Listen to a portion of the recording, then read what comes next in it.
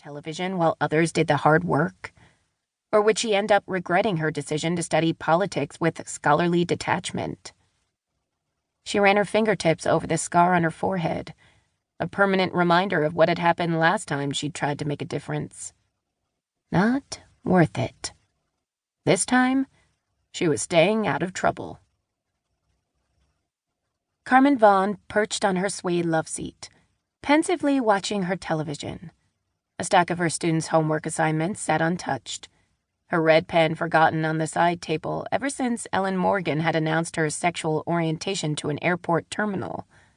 And the world. The cast appeared to be having a great time. You'd never know that news of the character's sexuality had unleashed calls for boycotts, fiery sermons, and apoplectic letters to the editor. In TV fantasy land, coming out was apparently joyful and hilarious. At the commercial break, she swirled the red wine in her glass and tried to imagine telling the truth about her identity. She could picture her colleagues' reaction all too well. The pervasive sexism at work was bad enough, but if they knew that the political science department's tenured bitch was a practicing lesbian, not a frigid shrew, mere sexism would seem like a treat. No, she'd never have some ridiculous coming-out scene in her own life. She considered her friends and acquaintances in more liberal departments and sighed. They might not personally have a problem with her sexuality, but she knew better than to risk gossip spreading throughout the university.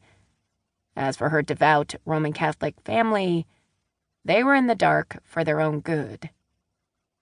Phoebe would tell her she was being dramatic, that her fears were overblown. But Carmen wasn't inclined to give her girlfriend's opinion much weight on a night when she was absent, yet again, having dinner with her sister, supposedly. Carmen tried to quiet her nagging suspicions.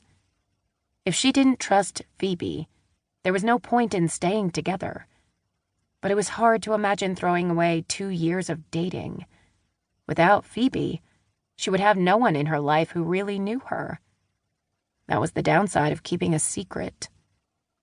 On television, the fictional Ellen was confiding in Oprah Winfrey, who was playing her therapist.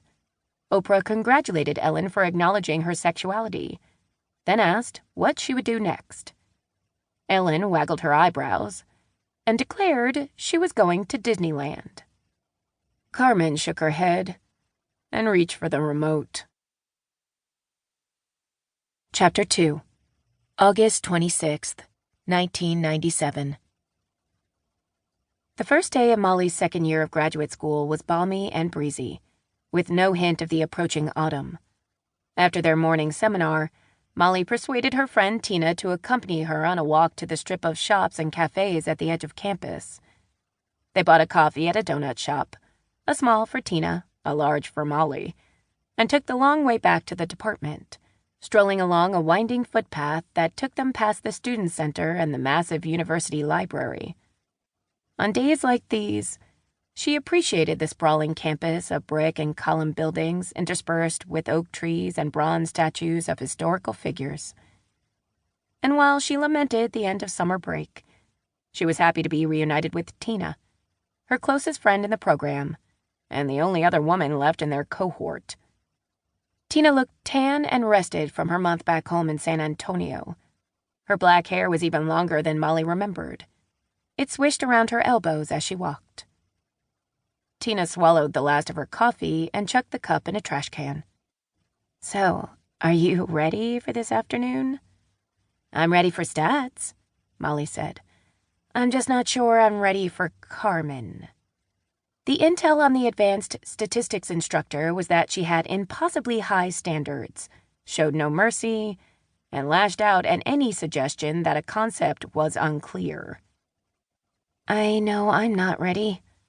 Tina raked her fingers through her hair. "I heard a rumor that she once flunked an entire class. One of the fifth years told me." Molly believed it. Remember when that visiting scholar couldn't explain his own research methods, and Carmen just eviscerated him? I honestly thought he was going to cry. I do not want to be on the other end of those tongue lashings.